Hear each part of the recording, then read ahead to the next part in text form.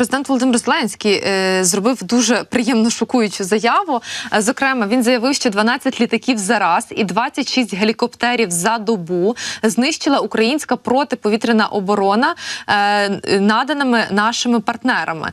Я пропоную зараз прямо вивести в прямий ефір і послухати ці слова українського лідера. Партнери знають, що деяку зброю, яку вони нам дали, деяку, я зараз не буду говорити яку, але партнери, слухаючи, розуміють, деяку далекобійну зброю, яку вони нам дали, ми знищили 26 гелікоптерів за добу, 12 літаків, які підіймалися і били потім ракетами, проти яких ці системи і працювали. Ми 12 знищили. Зараз просто було чим.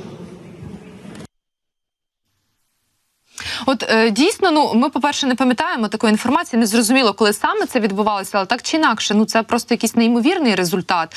На ваш погляд, такі аргументи, наскільки вони переконливі для наших союзників, що варто і далі надавати нам таке озброєння? Насправді це дуже переконливий аргумент з двох причин. З одного боку, тут є чисто політичний момент. Ви нам даєте зброю, Збройні сили України її надзвичайно ефективно використовують. Дивіться, вона працює на захист України. Президент же не говорить, ми знищили там, не знаю, 12 теплових електростанцій на території Російської Федерації. Нам би, звичайно, хотілося, але ми такими речами не займаємося. А ми знищили саме літаки і гелікоптери, які були на території України, які били по нашим мирним містам, по цивільній інфраструктурі, критичній інфраструктурі там і так далі. І дивіться, тут є другий момент, дуже важливий. От ми його іноді недооцінюємо, а про нього треба відверто в тому числі говорити. Це ж така, знаєте, реклама, може не дуже підходяще слово, але по-іншому не скажеш, якості того озброєння, яке надають нам партнери.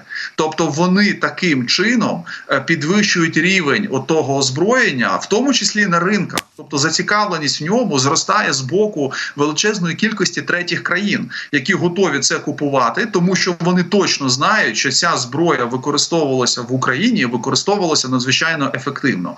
От коли в нас, до речі, головнокомандувач написав, що за день 10 ракет «Кинжалів», які Росія запустила, 10 було збити «Петріотами», мені здається, він мінімум на кілька відсотків підняв акції компанії, яка «Петріоти» виробляє. Тому що там черга на закупівлю цієї техніки просто збільшилася, бо всі на це подивилися, отримали підтверджуючу інформацію, а ми і відео відповідне бачили, як там піднімали збиті ці ракети і так далі. Вони зробили для себе висновки, так прекрасна зброя, треба, ставати в чергу, тому що там вже черга стоїть, і відповідно треба купувати. Тому такі заяви, вони з усіх сторін йдуть на користь, і вони повинні бути дуже приємними, в тому числі для наших партнерів, тому що те, що вони роблять, воно реально приносить результат.